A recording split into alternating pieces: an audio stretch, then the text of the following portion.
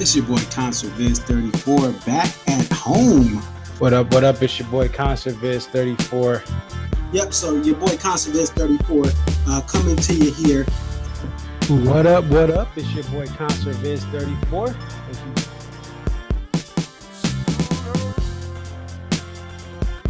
Aria. Okay, so this is Aria, and just tell us a little bit about yourself and about your love for the Dave Matthews Band. I've been a fan of the band since April 28, 1998. And if you recognize the date, that's when Before These Crowded Streets was released. Alpine is definitely a better venue than Summerfest, but we'll take it. I think I've been going to shows for about 20-something years.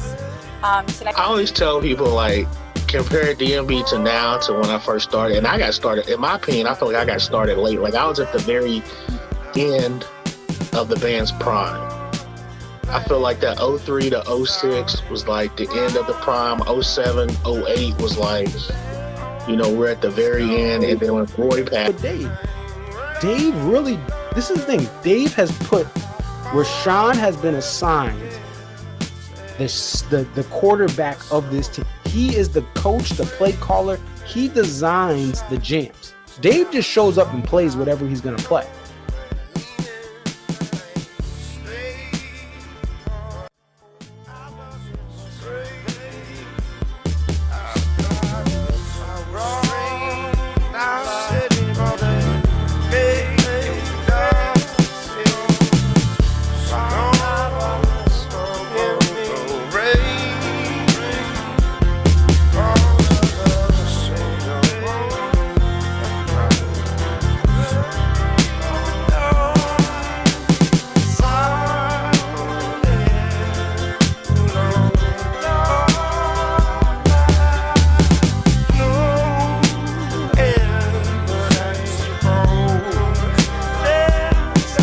I'm back.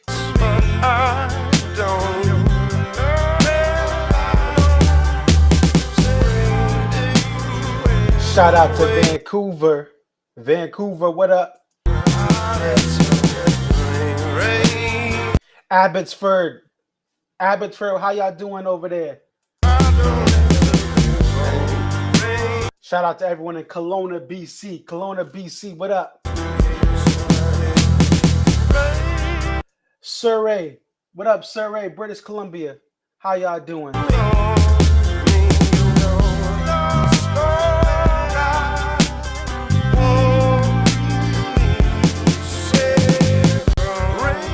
North Vancouver, what's popping over there?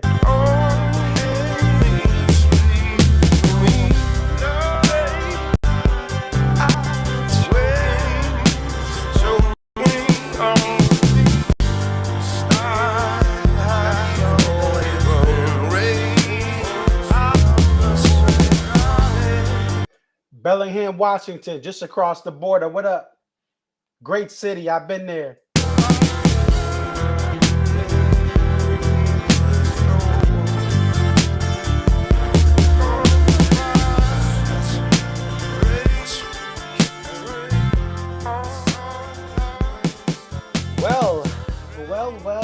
Well, welcome back, everyone. Did you miss me?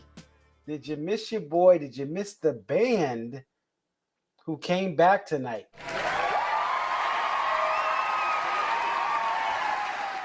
It's your boy Concert Viz 34, and yeah, no shows in October, but November we have D&B yet again for the second year in a row in the month of November. Alex, I see you in the chat. Mike, we're gonna get to you in a moment. We got Mike fresh from the show, and we wanted to get to him. Let's pull up the set list here and zoom in on it. But I do want to get right to Mike, and hopefully we can get this connection solid. So let's just get some things here. But if this is your first time watching the stream, welcome to the Dave Matthews Band post-show stream. It's your boy Concert Viz 34. I love Dave Matthews Band, and I share my opinions, but most importantly, I like to hear from the fans who were at the show, because I always say, listen, you could say what you want from your crib, but if you were at the show, really you're giving us the up close and personal reaction, and you were there, and that's important. That's important. So just give me one moment, because we're going to get our first guest on in just a moment. And let's see. We got a lot to talk about. We will talk about the posters. We will look to try to get in some discussions about the tickets. We also have our taper friend Zach that's heading back to the crib right now, or the hotel, and we'll get him on here as well.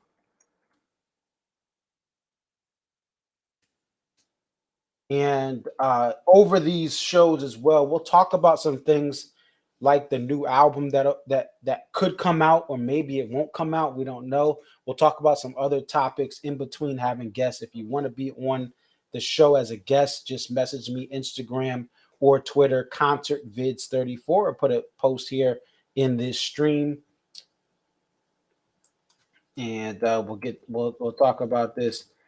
And so the band comes back. The band comes back tonight, and we'll talk about the crowd and the ticket sales here, and some other things. But the band comes back after having October off, and we have some people from the United States that came over, crossed over the border one way or another, most by plane. And one of those people who flew to Canada was Michael Wheel. So let's bring on Mike. How you doing? What is up? How you doing tonight, buddy? I'm doing well. You know, I know you're an East Coast guy out in the West Coast, and I'm still in the East Coast. It's 1:59 a.m. Tell us about this show that you just experienced here in Vancouver. Yeah, that it was insane, man. Everybody's so nice up here to start. I mean, it's incredible, and you know they rolled out. I was fortunate enough. I was blessed. I was it was like about 30 numbers back in the lottery tonight for the pit, so I was able to set up over in front of Jeff and enjoy myself and have a really sweet time. And everybody's so nice. And Dave came out and he was playful and everything else, man. And you know, it was just a good show, man. Good vibes. A little slow in the middle for me, but you know, Marcus, I have been up for 21 hours, so you really got to throw a lot at me to get me going right now. So I'm not really a fair assessment of it, but I was absolutely ripping and having a great time. So much fun, dude. Drive in, drive out was phenomenal. What else? I mean, if you got questions or something, man. I mean, it was nice, man. It was really nice. And the girl that came out, I saw her.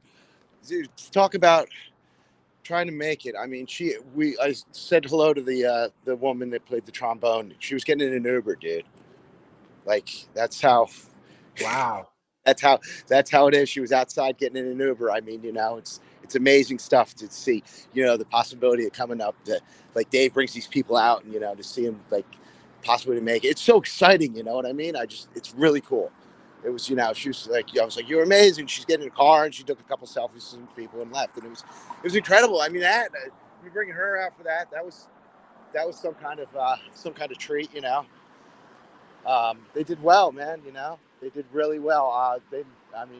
Knocked the rust off. I mean, it's only been a month, so yeah, that's what I got. You got anything, man? So you actually flew in. I saw that on your social media. So you actually flew in today. I flew into Seattle, and then I rented a car and I drove up to Vancouver. So yeah. Okay. Yeah, so I've been going since early this morning. Okay. And I've taken some of that trip. I've done Seattle to Bellingham. Yeah. But I know it's another 25 minutes to the border, and then you got to get through. And I know one of the things about Vancouver, they don't really have highways through the city, correct? It's a lot of it's there's not really a way to like get anywhere, you know. It's kind of I kind of snuck in and and did my thing. It was Wednesday, so I was able, I got across the border well, which really, I don't know. It worried me for a hot minute, just because it's a border crossing. But, as long as you have your stuff together. I think there was a couple fans that came through before because it was like, oh, you're going to the show. All right, have a good night. So I have some video I'm pulling up here. Tell us about this crowd, because I have video from 7:30 Pacific Daylight Time.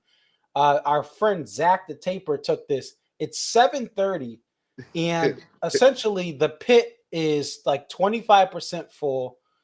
Yeah. The seats are about 40% full, and he's at the back rail, and there's a good like 15 feet between him and the people that are bunched up in the front. So how did the crowd fill in?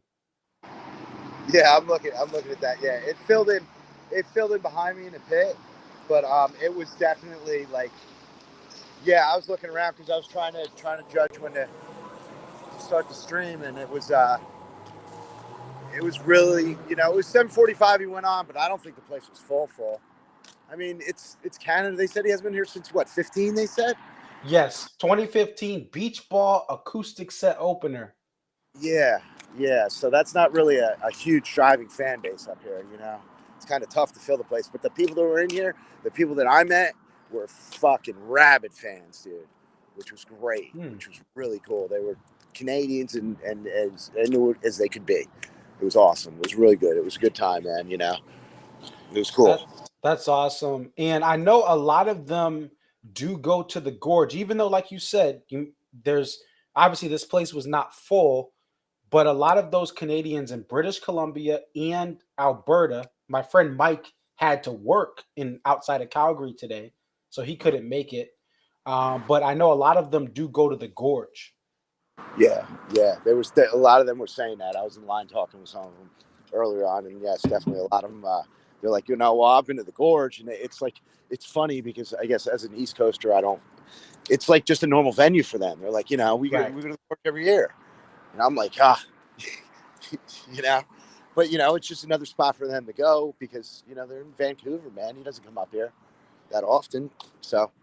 Yeah, a lot of them do go out there, so they see a lot of songs. So they knew all the songs, man. I mean, we had "Can't Stop," so they knew that. And what else? The new one, they didn't know the new one yet, but that's tough, man. I mean, "The Man's Eyes," they were feeling it, but they didn't really know it. But unless you're watching a lot of live streams and shit, you're really not going to know that yet. And then, what else did he play? He played some "Ocean and a Butterfly." That was nice. Everybody liked it because it's just a beautiful song. Yes. I mean, how could you not like it? Yeah. What else we got? I'm trying to. So I was listening to this. I heard I was watching the stream from Jimmy Thing to the end, from D&B Gorge Crew on Facebook. Someone streamed it, and I noticed he referenced, obviously he said happy 25th. It's Carter's 25th birthday. Yeah. So he came out early on, and they were all like in the pit, and they were like, we're gonna sing, because I was joking around, I'm like, when are we gonna sing, and everybody's like, oh, it's once he stops, and then he as soon as he walked out, they started singing, so it was really cool. And then they sung again later, I guess, the back of the audience. What was funny, Marcus? It was all the people that weren't in there when we sang in the beginning that started singing later on. I was like, we already did this when you guys were still out in the parking lot doing whatever. So is this the back of the pit or the back of the actual house of the back of the actual house started a second happy birthday for him? Oh, wow. He walked out and they immediately started singing happy birthday in the pit. So that was cool. And they were like, oh, everything. And then later on, I don't know when it was. Oh, when Dave was talking about it. And he said he's 25, and then they started singing again. They sang a little happy birthday again. It was cool, man. It's a good moment, man. I thought it was pretty cool. I thought we were going to either What Would You Say? It's been a couple of years since I've heard that, man. But, what are you going to do? It was awesome. It was awesome. Nice venue. I'm back in front of my hotel already. And that was walking. That was only 15 minutes, man. Not bad. That's great. Yeah. So they bring out Come Tomorrow. I don't like the full band's Come Tomorrow. They play it. He played it at a rally last week. What did you think of that Come Tomorrow performance, the first since February of 2020 full band? Yeah, that gets a heavy rotation in my car, so I get that. I listen to that a lot, so I liked it. Um, that's fine. That's a rough one there, man. To put that one as an opener on an encore. It sounded nice. I mean, it sounded good, but you know, I would have liked something a little bit. You know what I'm saying. Right. Yeah, it's typically not played there, and it is an odd spot to put it. The raised B guitar always sounds great as far as how it rings out for that song. I just think the lyrics are horrible. They should rewrite, if they rewrote the lyrics to that song and add a little more musical jazz. It would have been great. Yeah, absolutely. That, and then what did we close with? I forget. Warehouse. So he did that. So I was listening to it, and so he does that little like kind of like noodling Yeah, on the guitar, and then he did Yeah. the stop time. yeah, caught us by surprise there. I didn't expect that. I was listening to some old what was it, Wetlands from New York, where he Live did that tracks 20. Yeah. that nice wailing intro to Warehouse. That was always just. I was like, we could bring that back. That would be, But it was cool. It was a nice closer. Everybody enjoyed it. Why I am as a closer of the show, I don't know how I feel about that. To be honest, So yeah, it was interesting as because a I wasn't looking at the I don't know if you were tracking how many songs were left. Did you? But like when no, I was watching the stream, I had my like it was on my phone. I didn't look at the numbers of what song was next, but it looked like they were going to end on Bayou, and then they went right into Why I Am. Were you shocked that they played another song after Bayou, like Being There? yeah, I was. I saw the guy coming around back with the guitar, and I'm like, "What are you doing, dude? I thought you were gonna end on this," and then I thought we were gonna get something like, a little bit different than Why I Am. I never criticize, But I thought, if you're not gonna close with Bayou, then I thought you were gonna come with a little bit heavier than Why I Am. Right. It's a quick one. Yeah, It's a quick one. And so it doesn't have that. You're right. Like it doesn't have that, like, all right, here's this epic outro. I mean, it's high energy, but yeah. But you know it. Yeah, exactly. yeah, A nice long build and a, what, good yeah. night. And, So yeah, that was a little interesting. And the other one, I don't, not that I don't like, it's like the Jimmy thing outro. Like we were so pumped, and the same thing happened at the Garden. It's like we're so pumped after the horns, and then he does that little outro, and it just sucked the energy out of the fucking building, dude. Because we were, you know what I mean? Did you watch that live? Yeah. Did you want it to be more extended, or do you want it to be Cut it. shorter? When they're done, just cut it. Don't try to go into sexy motherfucker or anything like that. Just because he doesn't go into any other songs. He just kind of just ends like with this like extended outro kind of. Yeah, because it's like that. It's almost like Black and Black, because it's like Yeah, exactly. He did the Garden with, yeah. after the dumpster stomp solo in Jimmy Thing, and it was the same kind of feeling. And then he did it again tonight. I just personally, it was like if he would have ended, it would have been so much. Just we were ripping. She finished, and everybody was just so excited. And then we came back down, and it never brought us back up. Yeah, and I was able to, that was one thing, is that I remember from this summer, like you said, that kind of part that Dave does, just kind of, you're like, okay, where is this going? Buddy's playing. Exactly. It doesn't go anywhere. Yeah, and then and the crazy thing is, if we go back to some of the Jimmy things, if they don't do that outro, Jimmy thing is the perfect timing, in my opinion, of how it should always be played. So let's see, like for instance, we have a Jacksonville, Florida Jimmy thing. It was 13 minutes and 45 seconds in Jacksonville. In most shows, let's try to go to some other ones. But you make a good point. If you cut out that little outro thing, you get it to about 10, 11 minutes, and it has just the right time, and then You could go into something else. You could, or if you're gonna have a tuba player, have the tuba, have that tuba guest, do something else. Yeah, then what? See, I feel bad because it's like she doesn't get the love that she should get, because like, or whoever's guesting that spot in that moment for that particular song, because it's like it was up and then we're down and then they're like, all right, see you later. And I don't understand why she stayed for that other song. I would have Can't thought there was stop. something played. I didn't. I mean, I'm cool, but you know what I mean. I thought there was a better horn song they could play maybe with her. Oh, absolutely, because Can't Stop is just such a Dave's guitar and Tim. It's too loud and wall of sound. It's not funky enough. You have tons of stuff that you can play funky stuff on. Yeah. Going to the Deer Creek, I just was looking at that show. We had a tuba player at Deer Creek and they did Ants. And it was the coolest thing ever to have a tuba player. I don't know. Were you at that show? No, but that would have been awesome, man. Okay. Oh yeah, right. You were back in Jersey because you had the Homedale shotgun opener because it was right after that. So no, you didn't miss anything. You picked the right show. I picked the wrong show to go. Anyway, but my point is that Ants Marching from Deer Creek night 1. If they would have thrown the tuba guest that you had tonight on an Ants Marching, it was the coolest thing ever. It was better than That Girl Is You with Preservation Hall. It was the coolest thing of that night was that tuba on Ants Marching. And there's plenty of other, like you're right, there's plenty of other songs that can showcase that tuba or any horn that's a guest versus Can't Stop. But who knows? Maybe they just I don't know. I like I'm never one to say anything. I'm you know how we are. You love you're what I like about you though is you just love this band. No matter what they play, you really just love these shows. You go to so many shows coast to coast.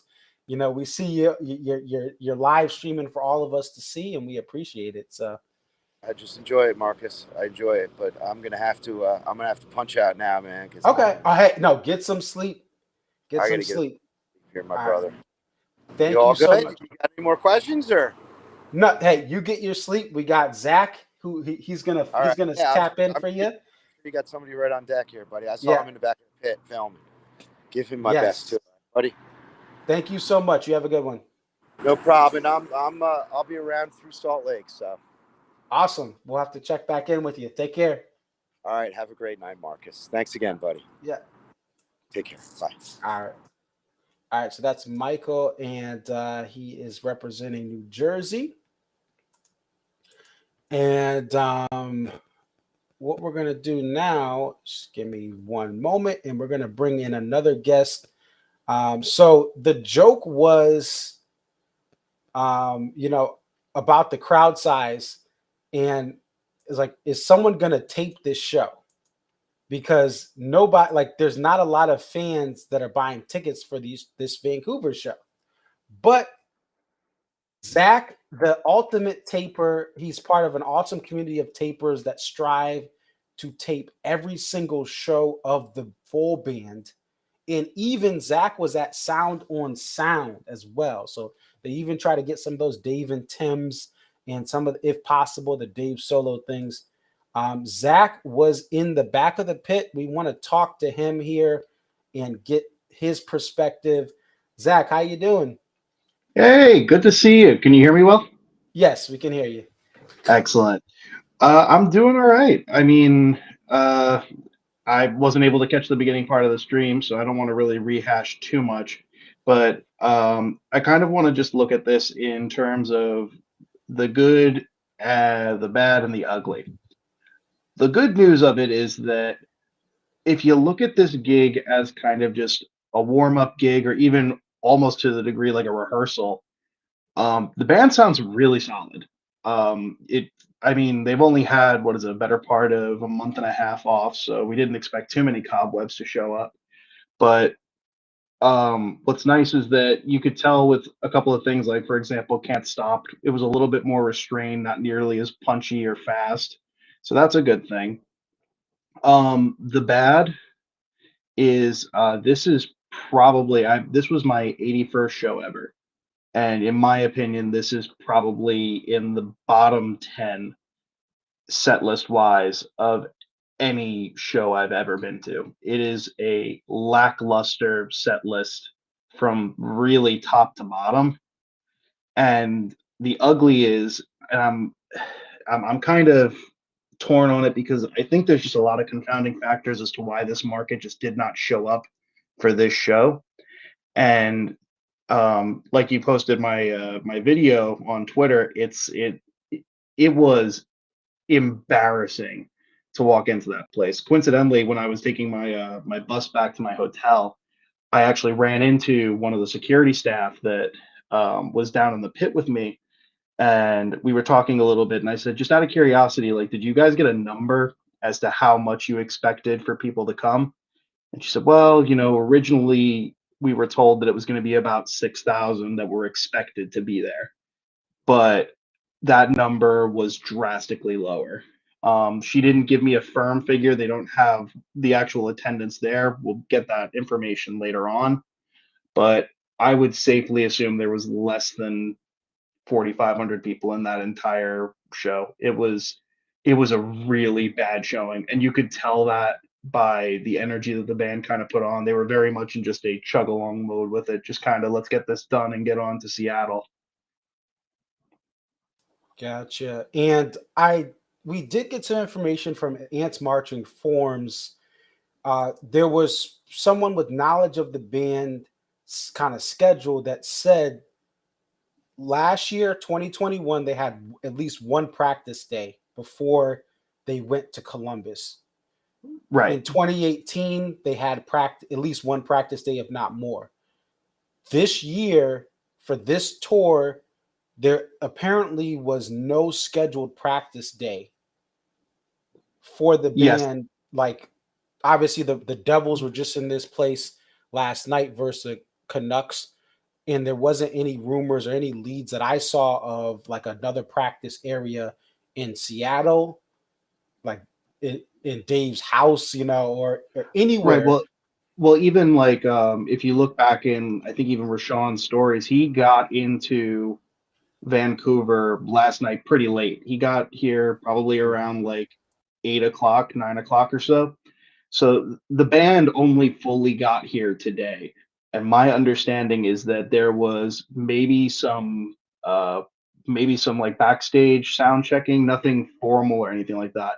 However, one thing I did want to mention, which is kind of cool, is there is something really interesting to look forward to for this tour, which is it's an entirely new sound system. So what happened is that we got information that this past summer was going to be the last tour that Dave was going to be doing with a specific Meyer system that they had, a specific PA system. It's a little bit older. It's not that great sounding in some instances, but it does the job, and we've all been used to it.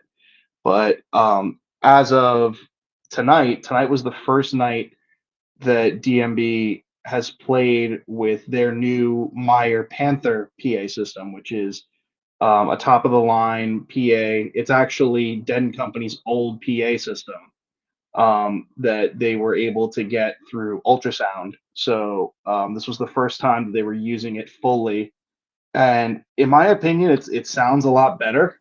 I mean the room itself was dismal sounding, but from where I was in the pit, it sounded a lot better. You had crisper mids and a nice deep resonance in the bass. But otherwise, that's something really to look forward to for a lot of these venues that we know have better acoustics, like MSG. Yes, and don't forget, Climate Pledge Arena has, at least from what I've heard, there was a review I saw of it. They've touted that venue, the renovated Key Arena, has some great sound as well. I don't know. Are you taping that show? Yeah, I'm in town for Vancouver, Seattle, and Portland, and then I bounce back to New York. I'm ditching the rest of it. Luckily, we have a lot of other tapers that are going to be covering the midweek shows next week and things like that. We don't have any shows right now that aren't going to be covered as far as I know. Okay. Awesome. Well, we're looking forward to the tapes here. And so I know you said it's like this is a bottom show. So there's a drive in, drive out, the riff, lover lay down. So even with those songs, it still just wasn't a top or it was still in the bottom. It's funny that you mentioned that. You know, we were talking a bit during the show, a couple of friends and I, and the only solid bit of this set is basically from Dido down to Lover Lay Down. Everything else is just it's a jumble. It feels incredibly phoned in. I mean, even like Stolen Away is nice, but Don't Drink the Water with a Bayou and then a YIM closer is a pretty rough way to go out of it. And I will say that the guest trombone they had in was fantastic. She was really, really good, brought a lot of good energy there. But for some reason, they seem to be putting more brass guests on Can't Stop. This is like the third or fourth show I've seen that they play that song with extra brass. And I can't understand why. Not to mention the fact that it's very clear that every time they do it, whether it's with like Preservation Hall or with Dumpsta Funk, uh, it seems so forced. And, you know, Rashawn has to kind of like he literally has to cue when each entrance is to the point that it almost looks like they don't even know what song they're guesting on versus having like a solo section. And it seems ridiculous. There's so many other good songs in the rep that you can go and add an extra horn on, and Can't Stop makes no sense to me. Yeah, and I was talking about to Michael. I was talking about that ants we both saw at Deer Creek. Hmm. That I believe it had a trombone and a tuba, right? Yep, that was with the full not the full Pres Hall. That was with the pared down Preservation Hall band. That was when they only Right. had like the four members. Who were they touring with for that summer? Who was it? I'm trying to think because I remembered it back then. I can't remember who it was. It was some off the wall thing for some reason. Josh Groban, wasn't it? I think so. Yeah. So I was gonna say, I think it was Josh Groban, and they only had like four of them there, and that Ants was solid. I'm personally a fan of Preservation Hall guesting with Dave, partially because they seem to have a lot of fun. But um, that will be one thing that I say about this particular performance was that the band did not seem into anything today. Nobody had any real energy. No one really seemed to be having fun. It almost seemed like they were just like, "Oh crap, we got to play a show." Mm-hmm. There wasn't that Wow. usual spark that you see. Even like in that section where Buddy goes off inside of Bayou, you Yep. didn't really see a lot of that smiling. And I will say one thing that I knew where this audience was way different is that even after 2 years of Gray Street third verse coming back, and it consistently every show, even at like even in instances where it's a Dave and Tim or a Dave solo event, you still hear a crowd go ballistic for third verse. That did not happen tonight. Wow. That's And I that's mean what that's crazy. like that's when I knew. I was like, okay, so this is just way off. Like this is just kind of one of those shows that we all need to just forget. Wow. I think it's interesting because the way you're describing this show as almost like it was a practice show. They weren't that they were kind of low energy. They're all Rashawn's coming in late the night before. Um, it kind of brings me to this idea of even this band in the album going in the studio. I know they're allegedly they put the finishing touches, but it seems as if obviously at this point in their life, even with some of the kids gone and off to college, like Stefan's daughter, they're not. It's not like they have okay.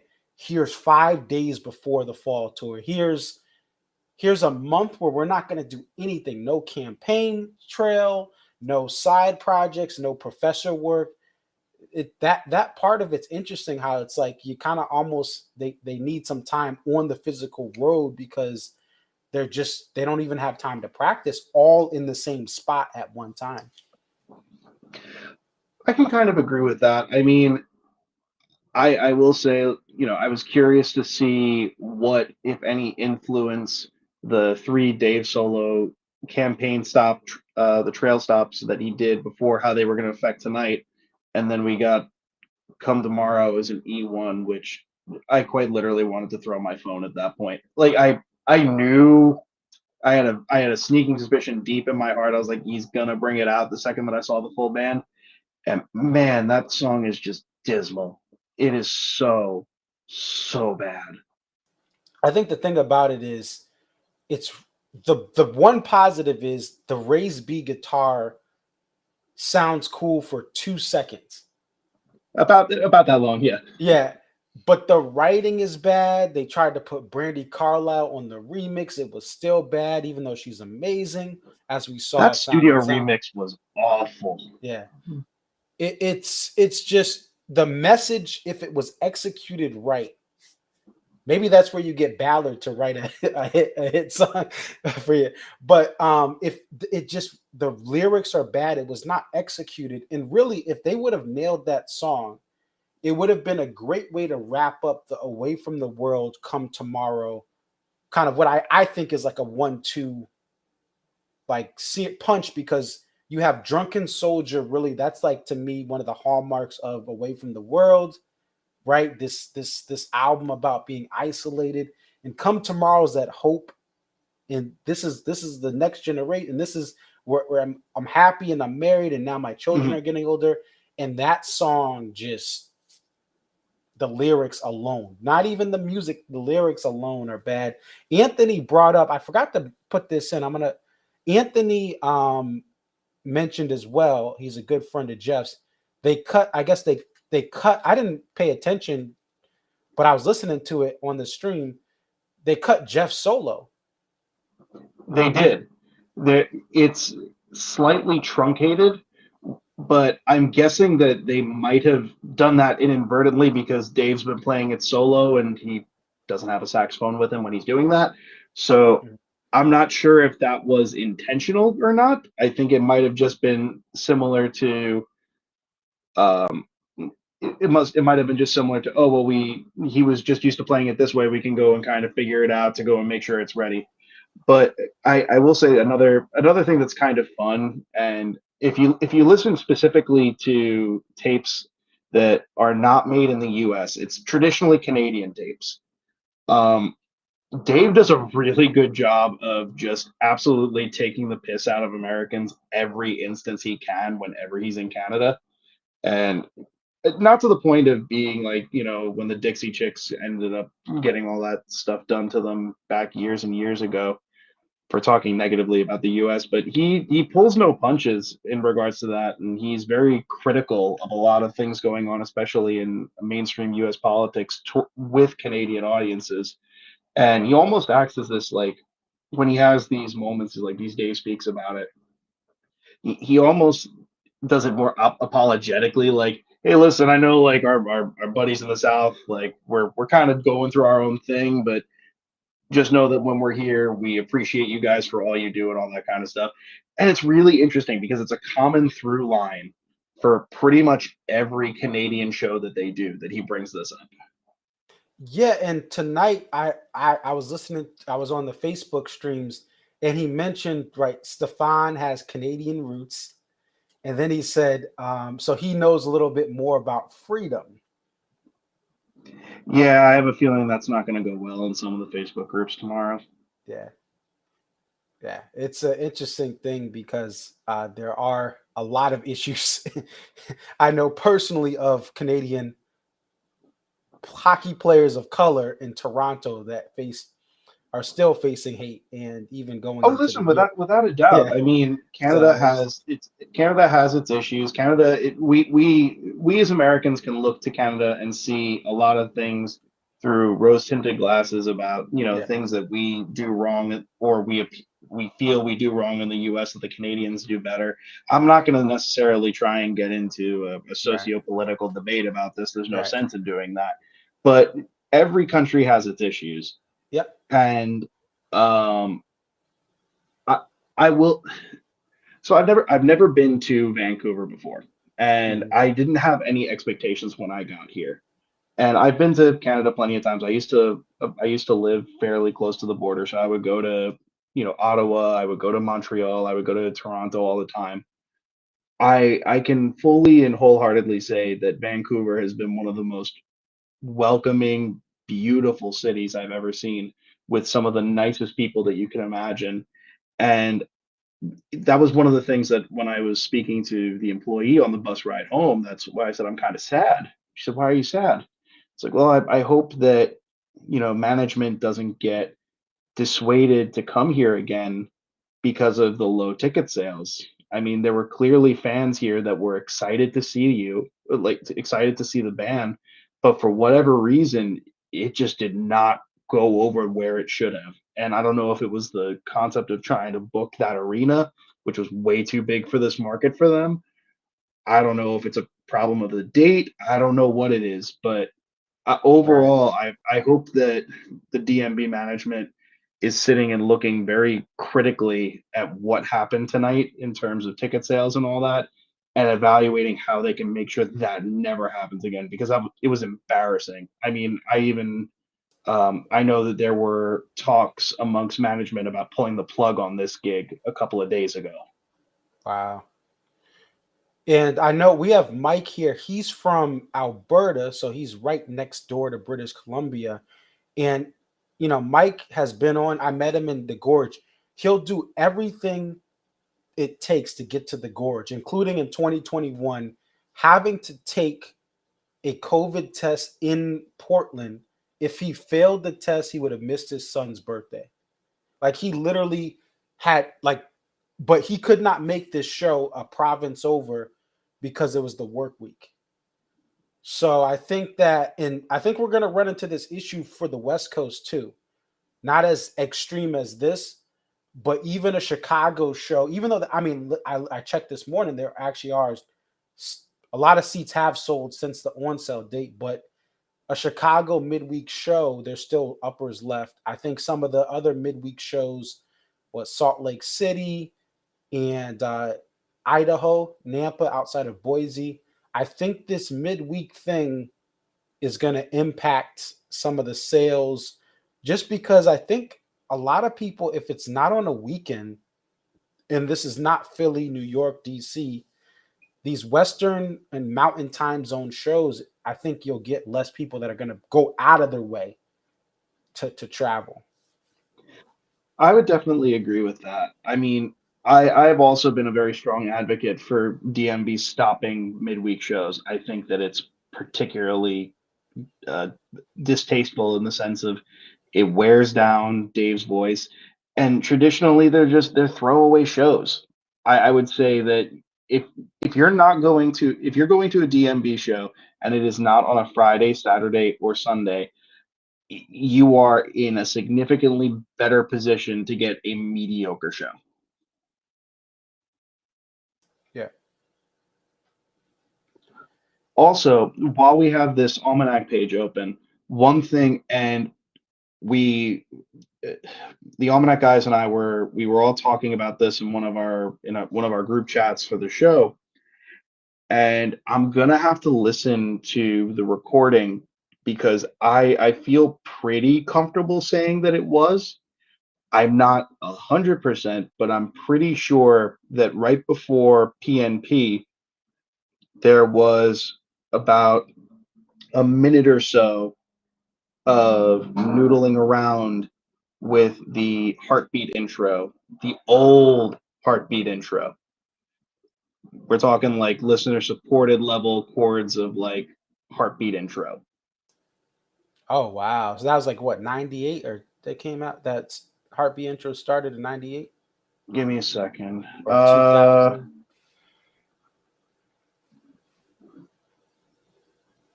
Here it is.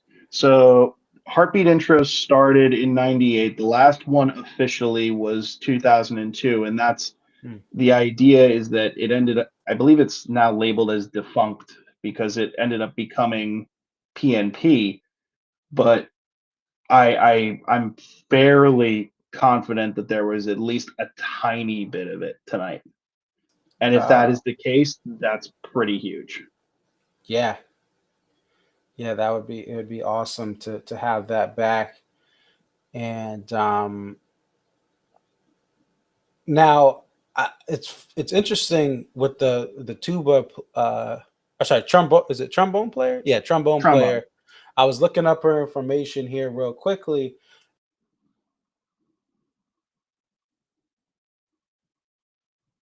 Marcus, your audio cut. Okay. Yeah. Oh, sorry. Yeah, I muted myself. So I was just looking up her bio, and it looks like she's from Edmonton, which is just again a province over, and she's one of the most prolific players from there. Plays a bunch of different genres, has her own music that she has. So it looks like this is a Canadian guest. Another woman, which I think it's awesome that Dave is kind of in the band is going out of the way to show women in non-traditional instruments. I know Trey Anastasio band has Nat Cressman, Mm-hmm. so they bring in Audrey. We had Celise, a black woman that's slaying the guitar. You have the sax player that was at Guildford as well, another black woman. And not that all that matters, but I think it's just awesome that they're bringing in musicians, and even they're like even Mavis Staples, like bringing these women into the forefront to show how diverse this music scene is, and how a lot of these women and even some of the men they bring in, they don't get the necessary praise that they deserve. These are talented musicians that play smaller crowds, and I love how the band is bringing in these musicians to really give them a bigger platform and stage. Absolutely. And I mean, one of the nice things about DMB, especially in recent years, has been that when it comes to their guests, they run the gamut of not only fame, but of not only fame and prestige, but there's definitely a bit more of an emphasis on jazz forward musicians or not real traditional like jam act um, sort of guests. And even I'm trying to remember the gentleman's name. Um, this was back in 2018, I think, when they did two shows at the Garden. Um, there was a guitarist that got featured on Captain, and I'm trying to remember what Was his that name is. Whitfield? Was that Mark Whitfield? Yes, it is Whitfield. I was trying to remember if it was Mark or Mike, but the thing that's crazy is like he is an incredibly talented jazz guitarist, goes all over the world to play jazz, and has like a weekly residency in some small jazz club in Lower Manhattan and right in the Village. And all it took was one phone call, and he was up there shredding on Captain in front of thousands of people at MSG. Wow. It's kind of crazy in that sense. But I Yeah, think that DMB does a better job than most artists, at least at their scale, of showcasing incredible talent that pretty much no one would ever hear of. absolutely. And I saw him in 2013. And I think you make a good point, because my first 2 years were 2012 and 2013. He was in on 6/8/13. I believe he played on Mercy. Let's take a look. He also in 2012, Brooklyn. I believe he was Brooklyn in 2012. He played on Mercy and a couple other songs. So this 2013 night 2 in Hartford, he plays on there. Like you said, we get Stanley Jordan not only in 2013, but my first show in 2012. We get a Stanley Jordan who I would have never known personally if it wasn't for Dave. And I try to spread myself as far as I can musically, but like the fact that that weekend we got Mark Whitfield and Stanley Jordan. I mean, And they're two jazz greats that, I mean, even now when they go and play a show in any major jazz market like New York City, they fill that club. They like Stanley Jordan just recently played the Iridium in Manhattan, and it was sold out for 2 sets that night. yeah, and it's a great thing that they've always done is to really try to, like you said, and that's another great point about these aren't necessarily all jam band musicians. Sometimes you have acts in that jam band world that kind of bring in other, like they'll bring people from jazz. They'll have Nerd or the Roots be an opener, and I think Right. it's a really cool thing here to see to really have a band like DMB expose its fan base to artists that they don't gain anything from this. You have Giant Stadium sold out, and or Foxborough Stadium sold out for the first time, and you're bringing a South African musician to come on stage with you. Exactly. It's a really cool thing. Any other final thoughts about this show, about the environment? I know you talked about the great people of Vancouver that you've experienced in just this short time, but anything else that sticks out to you tonight? Just kind of to close, I think that while I'm definitely on the significantly more critical side of this show, I am looking at this with a little bit more of a different lens now. I mean, clearly there were a lot of things that could have been done better. There's things that they could have been more aggressive on in terms of song selection, whatever. Ultimately, that's not my call. That's not any of our calls. It's kind of just what Dave's feeling at that point. My hope is that this show knocked off whatever cobwebs that the band itself needed. Dave will kind of get out of this. We'll take this as a little bit more of a okay. Now we got this done. We got our first show jitters done. We've got our new PA system. It's all sounding great. We're all rested. We're ready to go, and we're gonna go and jump into Seattle, a serious show. And we're going to go and do a great broadcast for this arena and for all the listeners on Sirius XM, and it can only get better from here. That said, this band knows, and you know just as well as I, for all of those times that we have shows that are the highest of highs, there's always that more than likely chance that they just coast in and go and phone something in. So I'm trying to remain optimistic. Yep, you literally never know what you're gonna get. Big city, hometown, adopted hometown does not guarantee anything, but Yep. we're just hoping. You hope for the best, and even so, I'm sure it'll be a great show. I'm sure the environment, that newly renovated facility, is going to definitely be moving and rocking. So thank you so much for coming on, Zach. Thank you so much for your insight and your analysis. We always appreciate it here. And you get some rest and have a good rest of your night. Anytime, my dude. I'll talk to you soon. All right. Take care. Peace. Take care.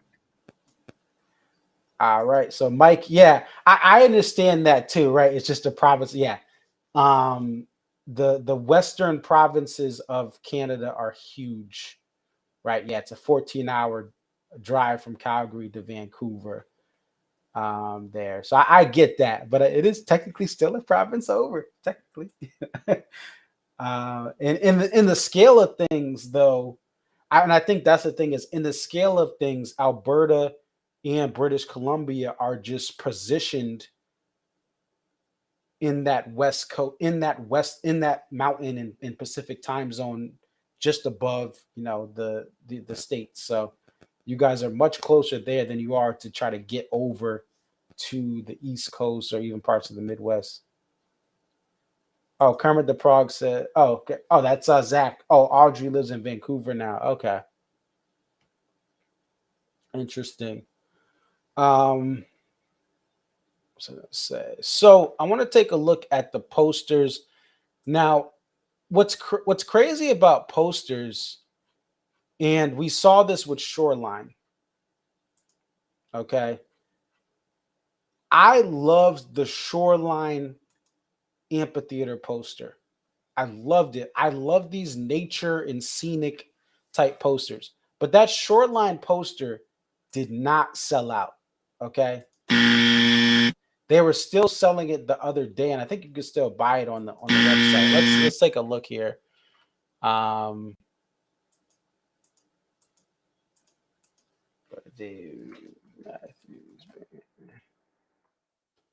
Site. Let's take a look. But they were selling those posters because they did not they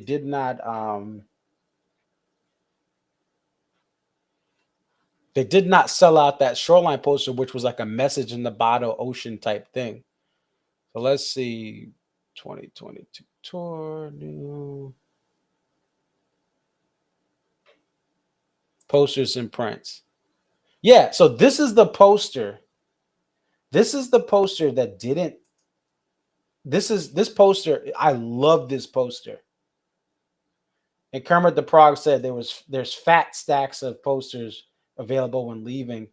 I wonder what the run was. I don't know if you were able to see, Zach, what the run was for that Vancouver poster. And that's a shame. I really feel for the thing is, like, I know I report this stuff, like I posted how cheap the tickets are. I feel bad for the artists, and I just feel bad for the, like, the fans, because everyone who came out here, you come energetic, you come happy, but then you look around and you see, like, there's so many less people than if these same fans who go to the Gorge. And I think it's a midweek show. You're doing everything to get there on time, and then you get kind of a smaller environment. The band has not had a practice day before this. But anyway, this poster was amazing. You can still buy it. Now, I don't buy posters from shows that I'm not at. Nope. So I wouldn't buy this one, but I love it. Now let's look at tonight's poster. This is tonight's poster, and we have Max Loeffler. Now this poster right here, you guys may have saw on. You have the Fire Dancer right there. I love that Fire Dancer constellation.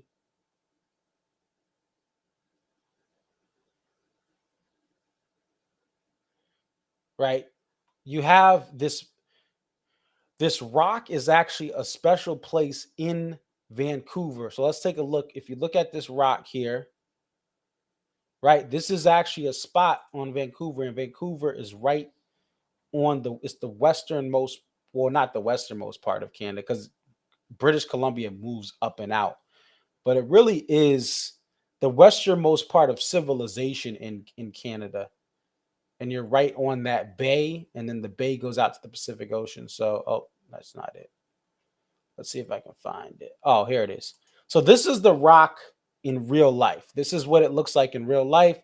This is right out on the water in Vancouver. Beautiful. And one day I'll get out there. I kind of wish I went when I was at the Gorge last year. I went to Bellingham, Washington. Then I turned around. I really wish I would have went to Vancouver, but there was so much uncertainty back then. But I've been meaning to go through British Columbia, and not only British Columbia, there's a whole highway you can take up, and it actually gets you into Hyder, Alaska. That's a whole nother thing. I won't talk about that, but I've saw it on a show, and I've always wanted to, like, try to make that trek. There's like limited gas stations, things like that. So that's what it looks like in the poster. 1 and 2. 1 and 2. So you kind of have that this top part of the rock is being moved up, and you have a ladder. Maybe he's going up to heaven, right? And this guy's staying on earth. He's down to earth. But I love the intentional use of the landmarks, right? Going towards Victoria Island, right? And Victoria Island is west of Vancouver. right? It's west. You go right across the bay or the channel, and then you get out there.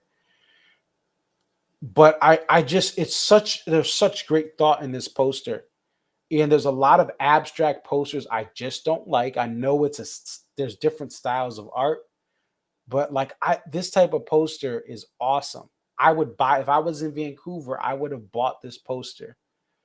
And it's just a shame. Hopefully, people do buy them up, and the diehards who will buy any poster will get it. Yes, the New Hampshire poster had that actual house that's on Lake Winnipesaukee. They actually made the poster. Yeah.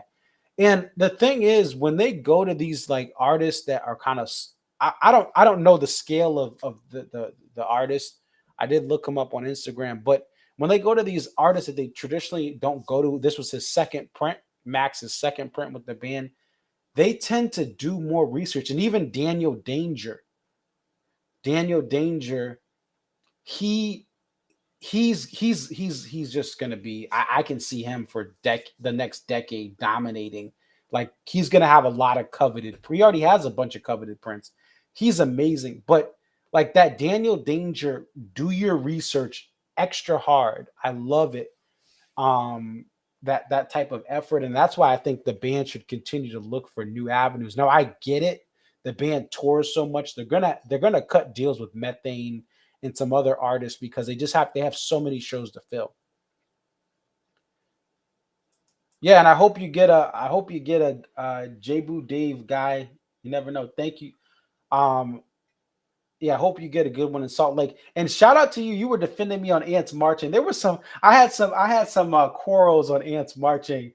This in it was about the new album. Anyway, yeah, it was thank you for sticking up for me, man. Appreciate it. Now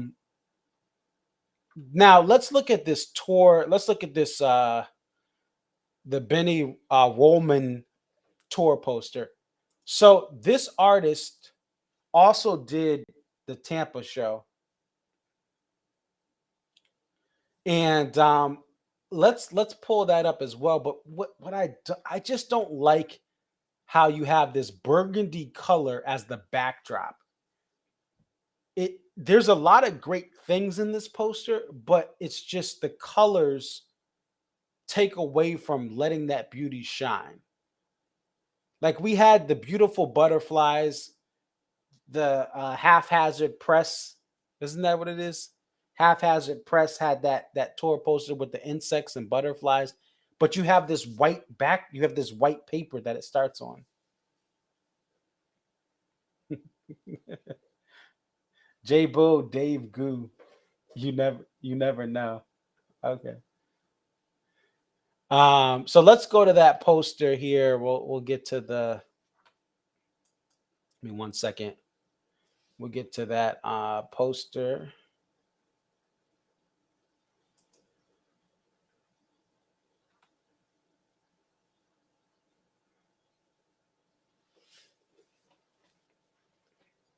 Let's see. So we're gonna go to Tampa.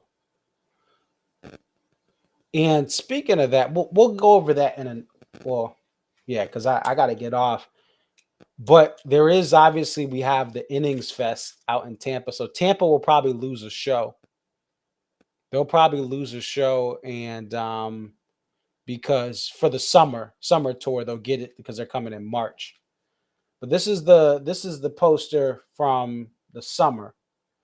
This one is worse though. This one is even worse because I know the whole point is it's like, oh, we're concealing the butterfly. You have to look deeper. I don't want to have to look deeper. I love metaphors and songwriting. I don't like the hidden butterfly in posters. So I thought this tour post so this was the Tampa one. I just thought this one was like yuck.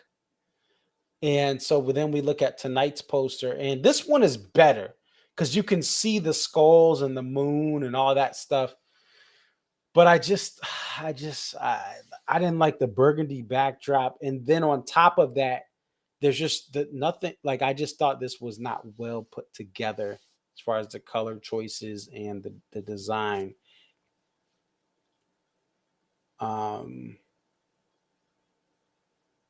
Yeah, so I just, and even like, for instance, and even like looking at this, like the fact that the letters are in that like the actual backdrop, so they fill it in with orange, like you can hardly even see the dates right here. And maybe in real life it's going to look better. I don't know, Zach, was there? So I'm not a fan of the colorways. I am not a fan of the colorways. I was definitely not a fan of the art style in this Tampa one right here. I do like the waves. The waves are cool, but it's the colorways and this butterfly, like I think could be better. I don't know, Zach, if there was a tour poster. Apparently, I don't know. I heard someone say allegedly the tour poster didn't make it to Vancouver. I don't know if there was this tour poster was there, but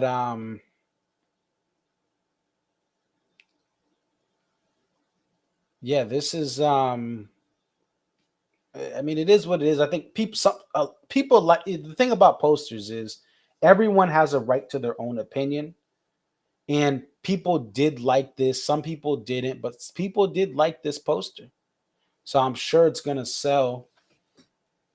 To what extent, I don't know, but I think it will sell. Um, the next thing I want to take a look at, let me just set this up as well. Let's see if we can get up Ticketmaster.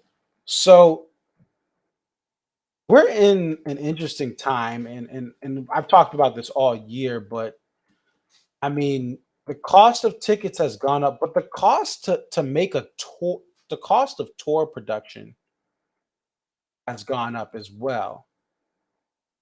So we can talk about how much tickets have gone up, but to actually pay a staff a fair wage, and a lot of staff is saying, hey, if you want to retain good people at Live Nation, now you got to compete with them just staying and working a remote job. So I can understand the cost of everything has gone up, the cost to keep people on the road. But ultimately, it's actually happening in sports much larger because sports just has so much more of a product. But you're seeing a lot of people just not show up to games, not show up to concerts. Now, obviously, a Taylor Swift is going to break Ticketmaster. Ticketmaster is going to just explode with everything. I think there was already a no, not yet. But Ticketmaster is just going to be Bruh. When Taylor Swift is going to just do everything.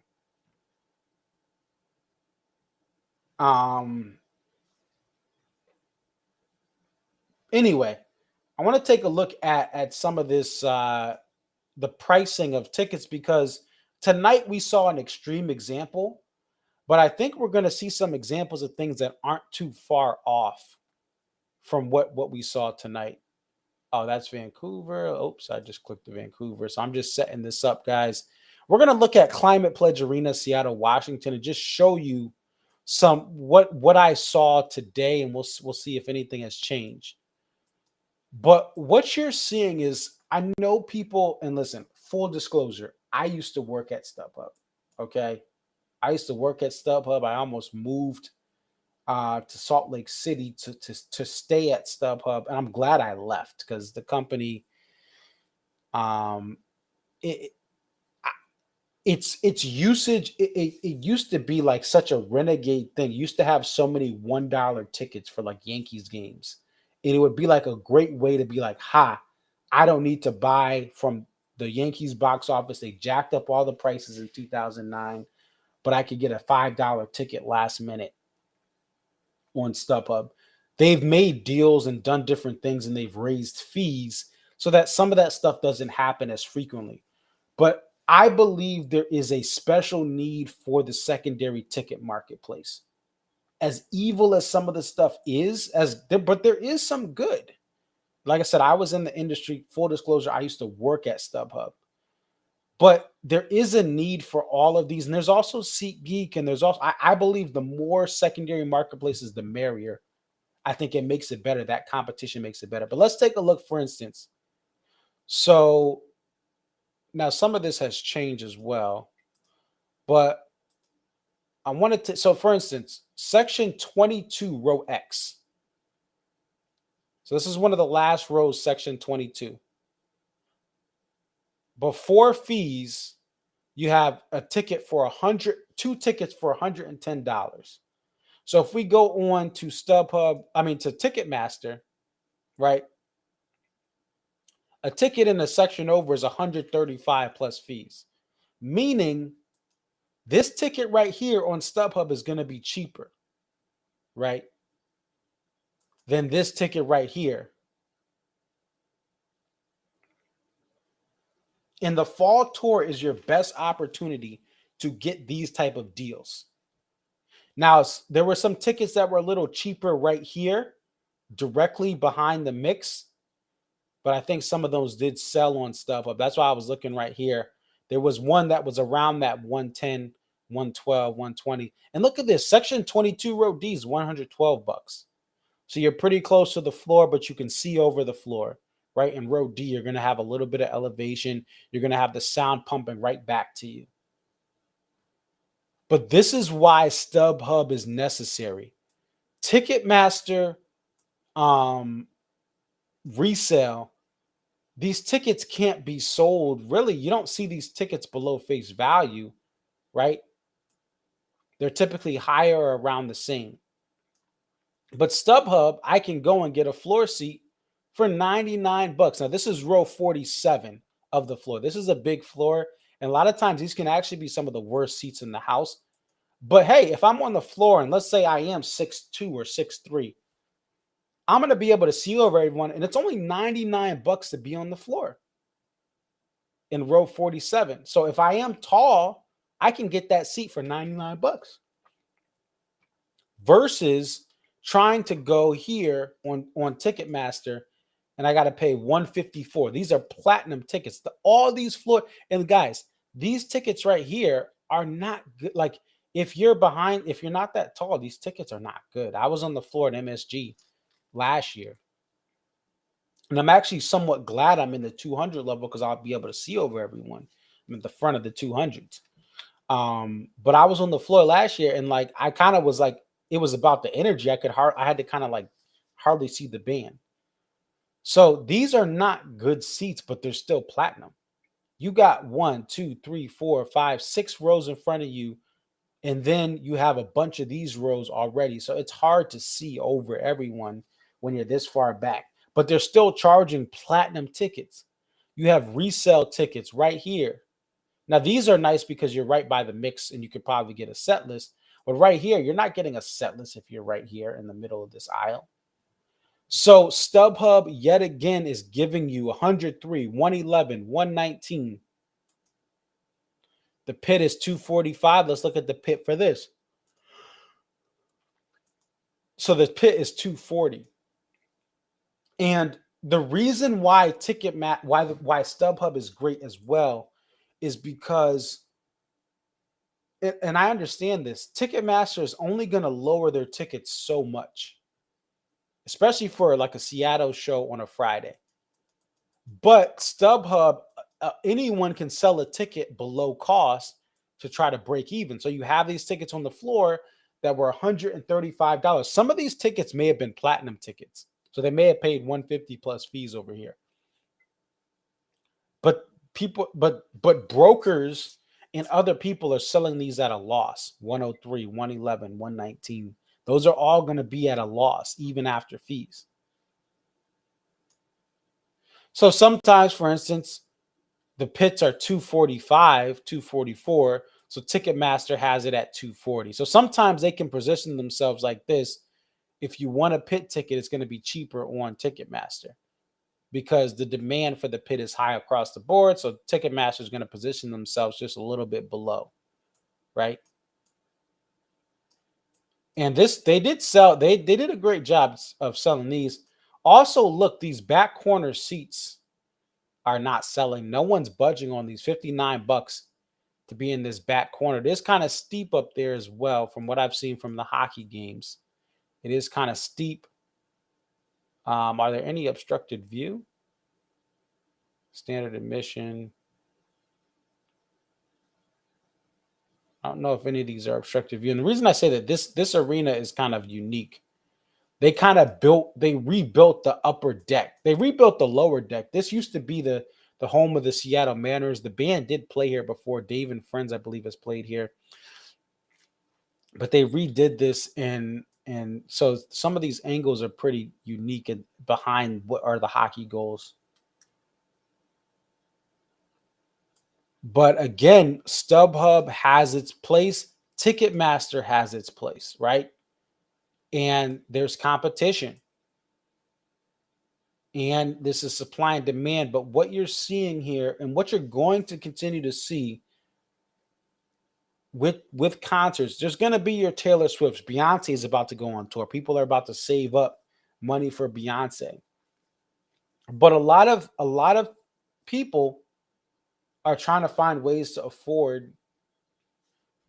Yeah, Greg, this is the old Key Arena where the Sonics played. Yeah, what they did is they kind of they shut it down for like the Seattle Storm used to play here, and then they stopped playing here temporarily. Now the Seattle Storm are back, and shout out to Sue Bird. She had a retirement. But Brianna Stewart, UConn alum, is out there. But they shut it down, and they just did the whole lower level. They did the whole upper level. They didn't just, a lot of times, like they'll shut down a venue for a year and then just like put makeup on it. They kind of like built this thing from the ground up, and they used the base of this. They used the what's it called? Not the imprint, but they used the footprint of this venue, the Key Arena, and they just changed it so that they could like everything, all the sight lines, all the sections and rows are going to be completely different. Not much is the same from where the Key. They kind of like knocked it down and built it up, which was the right thing to do. And they're going to get a basketball team. I'm more than confident because they're going to expand the NBA. NBA only has 30 teams. NFL and NHL have 32 teams. So they're going to expand, and Seattle is going to be the first team to get a team. They've already rumored it. It's a rumor, but it's going to get a team. Especially this venue. This is a nice state-of-the-art venue. Anyway, but there's people are not going to, even like Penn State football, for instance. Penn State just played Ohio State, and there were tickets left over. And Ohio State obviously was the number one team in the country, and Penn State only had like a tough loss versus Michigan, I believe, right? And there were all these tickets left over in the back. Like people are saying, hey, you know what? I just went through a pandemic. I'm still going to go to concerts, right? People are not staying home. They're doing a lot of things, but what people are saying is, hey, I'm going to, the Forum in LA is a little different. The Forum in LA still has some of the, it still has some of the older features of it, but I know what you're saying. They did kind of change some of that, right? They took seats out, but the LA Forum still has some of the footprint of what it used to look like. They did make some luxury area, like boxes and all that, but the Forum still looks old. The Climate Pledge Arena looks completely new. But yeah, but same idea though, right? They're retrofitting it. LA did that with the Forum because there's not enough concert space. You can never have enough performance areas in LA.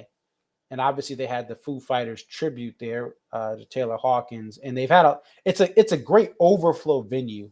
The Forum, the Kia Forum now was the LA Forum, now it's the Kia Forum. It's a great overflow venue. So if you have a couple acts in town, now you have, and you want to get another big act in town, you can put them at the Kia Forum. But anyway, what was I getting to? People right now are saying, look, I'm going to go on vacation. I may go to do a couple of shows, but I'm not going to do as many as I did before because the economy is in a tough spot. And it was going to be like this anyway, no matter who. I don't get too much into politics. No matter who was in office, no matter who's controlling these things, the economy after C-19 was going to go up. Rental cars were going to go up. Gas was going to go up. Concert tickets were going to go up because, again, labor went up. So, but people are saying, you know what? I may not go to that Penn State, Ohio State game. I'm going to save my money for the Phillies World Series if they ever make it. Oh, hey, wow, the Phillies made the World Series. I will drop on that. But you know what? That means now that I dropped a couple thousand on these Phillies tickets, right? Now that I dropped on that, I'm not going to go to X, Y, and Z. So I may not go to a Dave Matthews Band show if they were to play Wells Fargo this tour. They're not playing it. But I'm not going to go to D&B at Wells Fargo. I'm not going to go to a Sixers game. I'm not going to, but I'll go to this Phillies World Series game, right?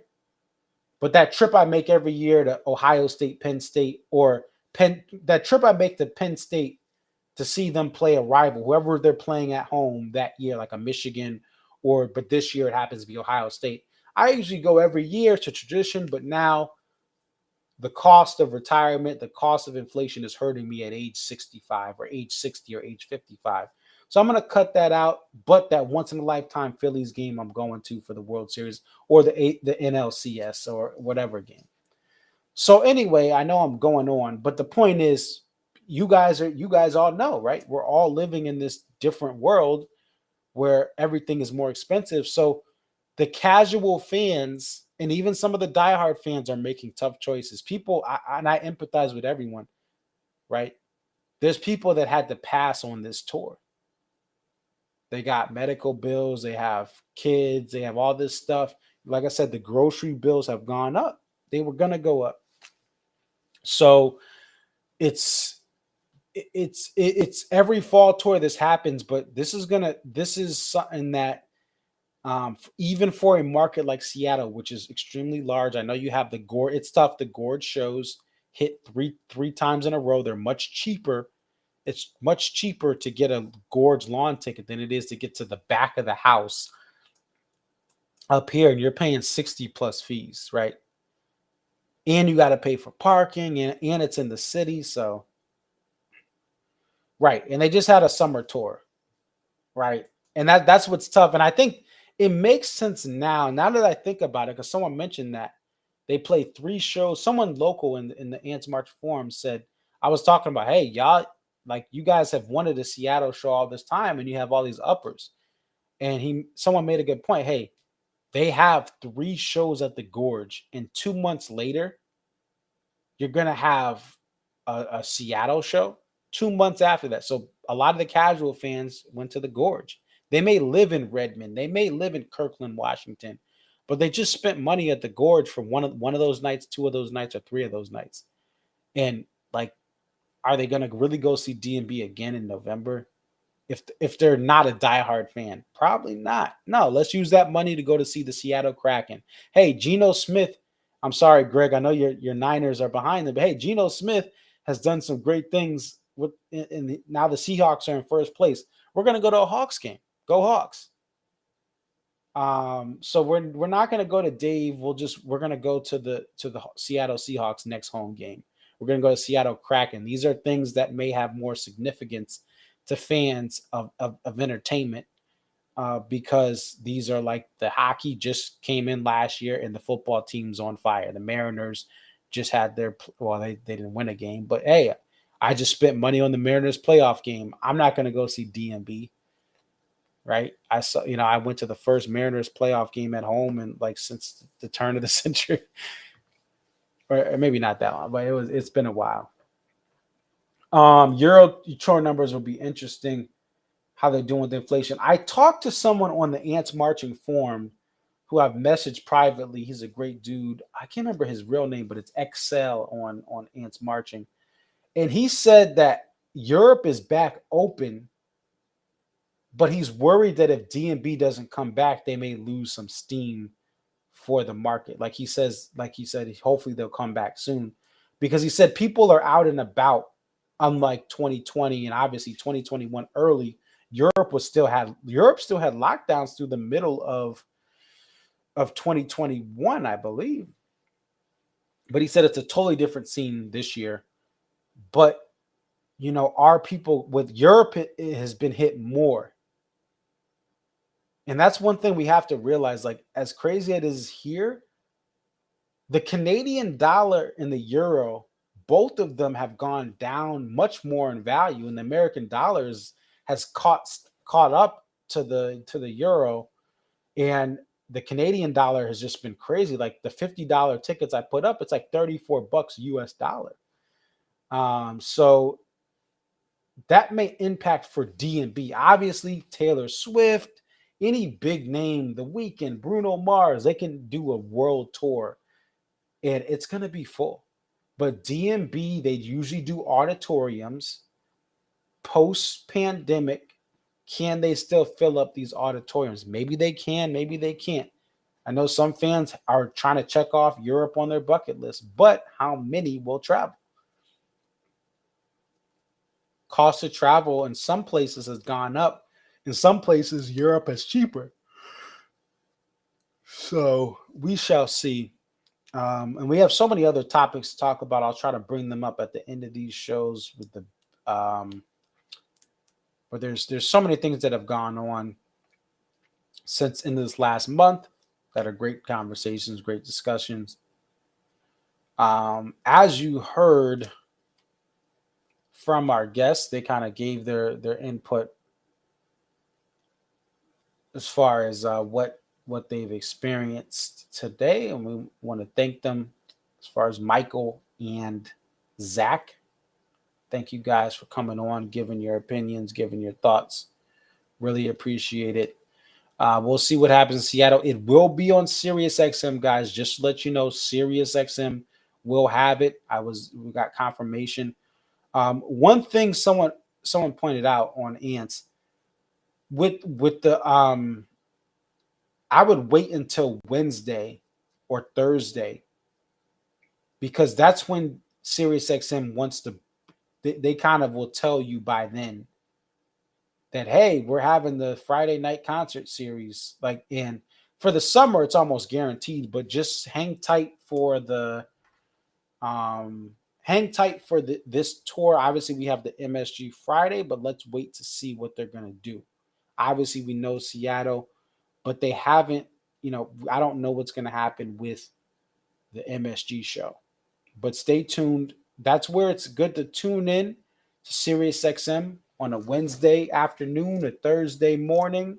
You probably will get advertising then if it is there, or if they have some special thing in the vault. Maybe if they don't do MSG, maybe they'll have something out of the vault. Who knows? Maybe not. I can't say that what's going to happen. So just stay tuned, hang tight.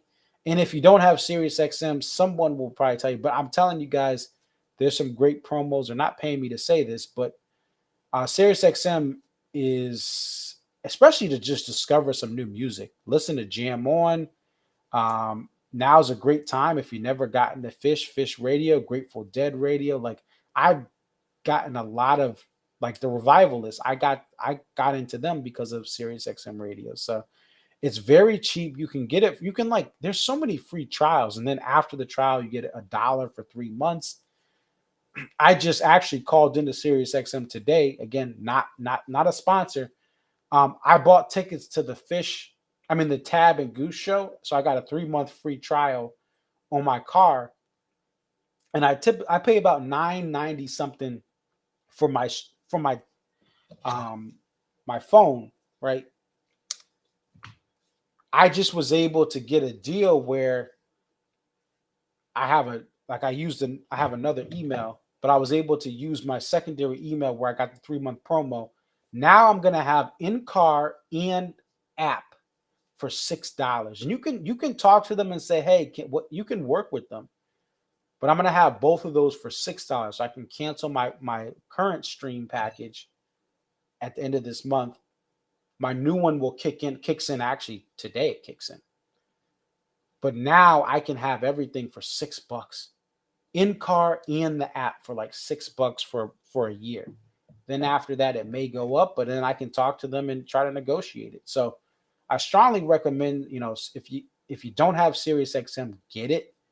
It's just for DMB and a couple of the GM1 stuff alone. It's worth it. But it's just a great thing. And the app is amazing. I know some people are stuck on the car thing. I just have it in my car. The app is great. Not only does it have a better sound, but you get the ability. The laptop I'm putting the stream on, I listen to it here, Sirius XM Friday Night Concert Series, and then sometimes if I'm on the road, I start off with the phone and then I transfer it to the laptop. And I have the in-car now. Now I have the in-car. I have a 3-month trial, and then it'll start to kick in this month. At the end of this month, it'll kick in at like $6 a month streaming plus car. So anyway, that's not a pro. That's literally just me saying what's good. And I know some people. It's funny because some people, it's like they buy all these concert tickets, they get all this stuff, but they don't want to like invest in Sirius XM. And like for real, like. I'm telling you, they're not paying me to say this. I'll let you know if they do start paying me. I will.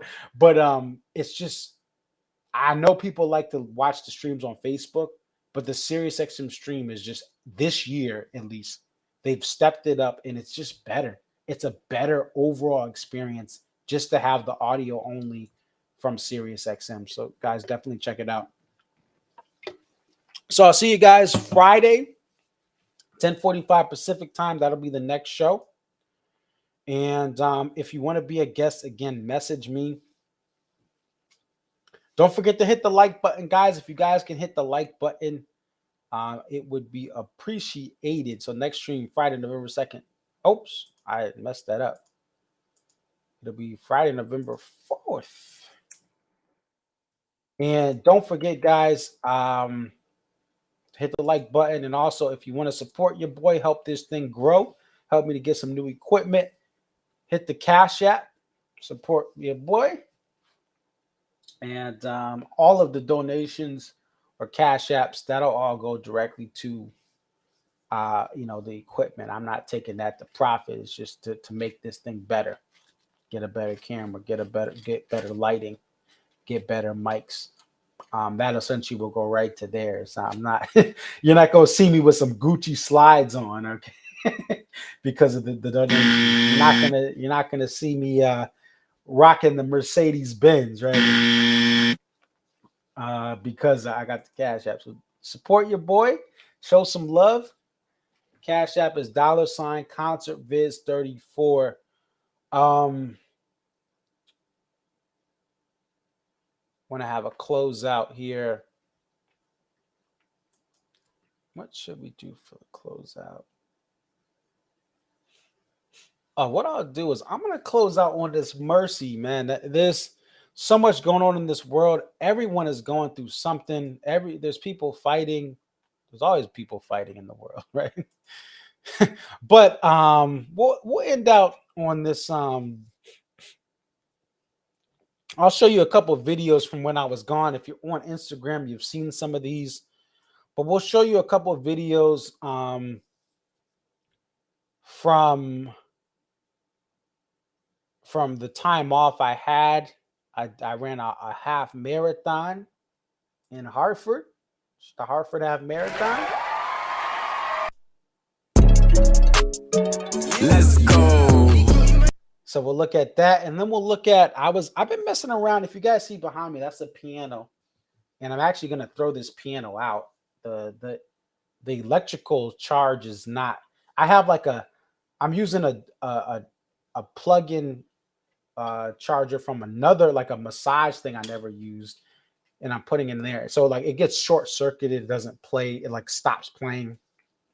But when I get married and me and my fiance move in together, I will have her piano, so I won't have that issue. But she doesn't play. Anyway, that's a whole different thing. So I've been playing. So you'll see what I'll do is I'll show you my. Oh no, I can't play that. I can't play that because that has some Pink Floyd in it. I don't want this thing to get struck down. But I'm gonna play some. You know what we'll do? We'll play the Halloween thing and we'll play the Mercy thing. But there's been some sad things. There's been some tragedies that have happened. I can't think of them all, but I know here in Connecticut we lost some police officers. They were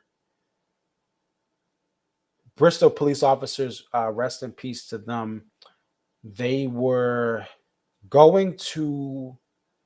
They essentially, there were some people causing trouble at like a bar, and they kind of like said like, "Hey, you guys got to leave. Like, you're causing a disturbance."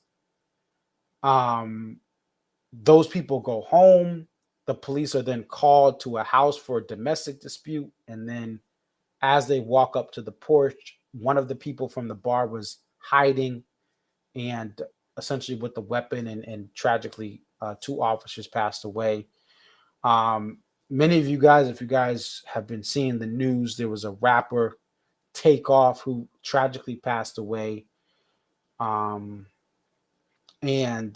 that whole situation is just sad because Takeoff was not part of a fight or brawl. He was just there. And he was the one who passed away. And there's still more to investigate. I don't want to speak on that. I'll let the investigation conclude. But essentially, this dude was 28 years old. He's born the same year as my brother, who will be 28 later this month.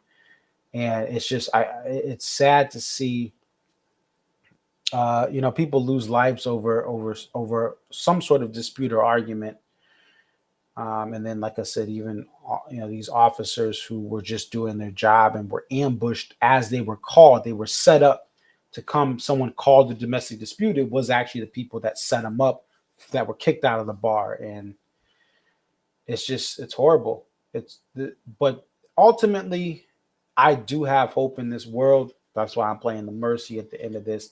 Despite all the crazy things going on, there is a lot of good in this world. But just rest in peace to just a lot of different people who have passed away from natural causes, through violence, through illness, in this last month. All right, it's your boy ConcertViz34. I'm gonna cut out, and you guys can hear some stuff from Instagram, IG ConcertViz34, YouTube ConcertViz34, and Twitter at ConcertViz34. Thank you guys for the support. I'll see you guys Friday. Peace.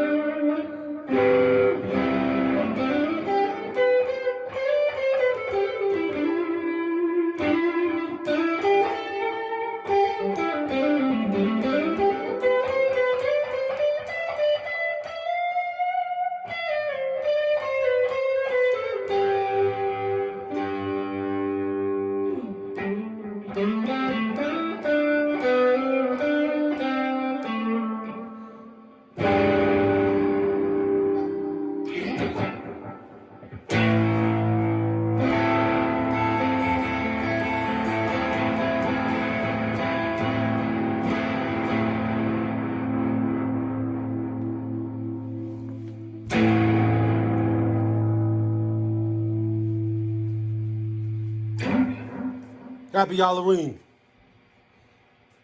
And go fly.